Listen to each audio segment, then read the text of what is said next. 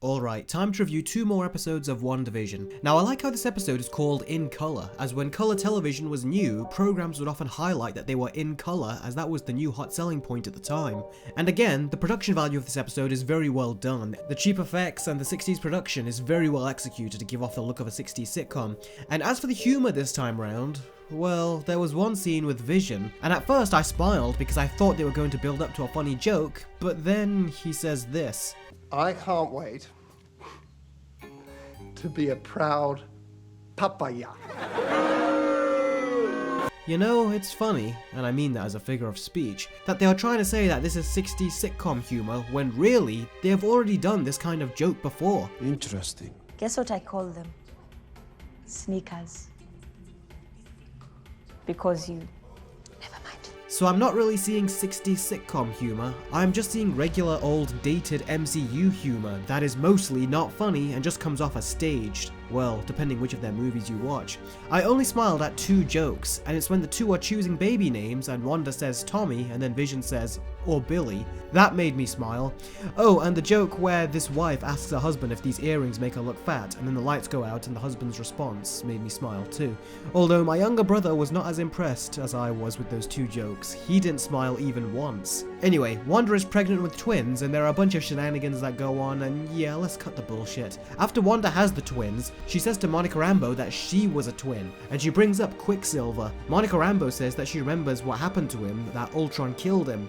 This makes Wanda get all mad, and she realizes that Monica Rambeau is not part of this world that she has created. And meanwhile, whilst all this is going on, we see Vision speaking to the neighbors who are very suspicious of Monica Rambeau. And they almost let slip that this is a world that Wanda has created, and Vision is slowly starting to piece this together himself too. We find out that Wanda throws Monica Rambeau out of her world, and after a bunch of soldiers show up, we see that there seems to be this force field here which pretty much illustrates that Wanda has locked herself out from the rest of the world, as well as the people that she has in there with her. So I gotta say, this is the first good episode of WandaVision I've seen, only because we get less bullshit and the ending really made an impression, unlike the first 2 black and white episodes which I honestly thought were just embarrassing. And they did not invest me into the show, rather they just pissed me off instead. This 60s sitcom world did exactly what I wanted the black and white world to do. It only used 1 episode and then gave us a reveal, and it spent less time meandering. And honestly, it feels quite insulting that they decided to give reviewers the first 3 episodes as the first impression, and the rest of us common folk, they just gave the first 2 episodes as the first impression.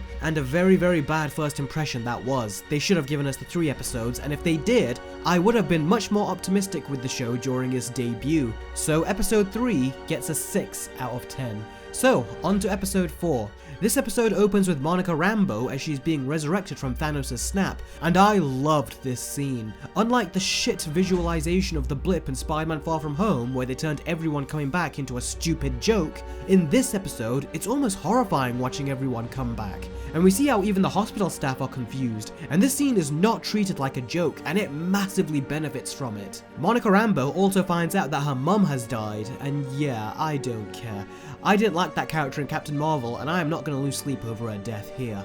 We also see 2 other returning characters. We see Wu, who amusingly has finally gotten that card trick down from Ant-Man 2, and we have Kat Dennings from Thor. I really didn't like her character when they were forcing her to be the comic relief in Thor: The Dark World, and although I don't want to see her again, they did subdue her here, so I was able to tolerate her at least. So long as they keep her pulled back with her humor, then I have no problems with her. Again, the main problems I have with these characters is the crappy MCU humor. Even Wu is pulled back with his comic relief, which I really do appreciate. It makes him a much more likable character. At first I thought he was just a bad actor with Ant-Man 2, but after I saw him in Aquaman, I actually realized no, he's not a bad actor, he's actually a very good and charming actor. It's just the overly jokey dialogue that they gave him in Ant-Man 2, which just didn't know when to stop, that was really holding him back as an actor.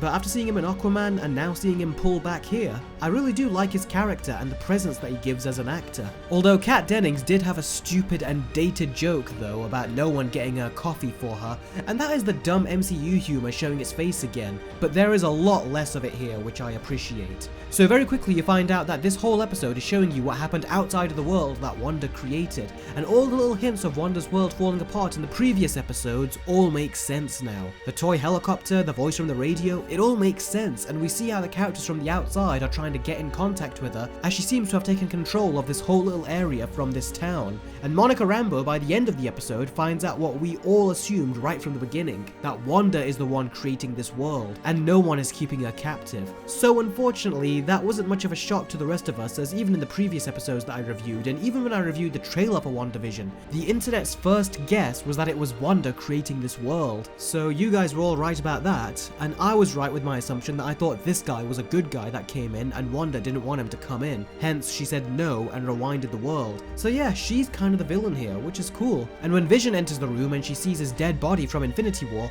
I really like the way they did that. The MCU is usually too soft when it comes to showing certain things, but I liked how they showed Vision here almost like a dead zombie walking.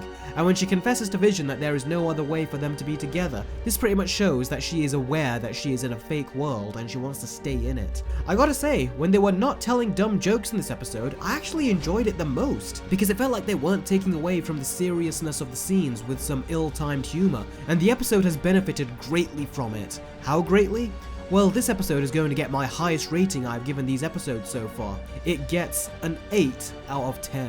So the show is getting better, and I hope that we don't have to sit through any more shitty sitcoms. I want Wanda's world to really start falling apart, and I want the rest of the season to really start moving forward, not back. We know the situation now, and I don't want any more meandering. One thing they didn't tell us though is what happened to the beekeeper. Wanda said no, and she rewinded everything. Does that mean he went back as well, or is he stuck somewhere? They didn't tell us, so hopefully that's something they will address later. So yeah, comment below and let me know what you thought of episodes 3 and 4, and are you enjoying the show more now too? And do you agree that in episode 4, when they aren't telling any silly jokes and they keep the tone serious, it really makes the story all the more interesting and it doesn't take you out of the moment, which, up till this point, is something that has been happening non-stop with WandaVision and the previous standalone MCU films. Thanks as always for watching guys, and I will see all of you next time.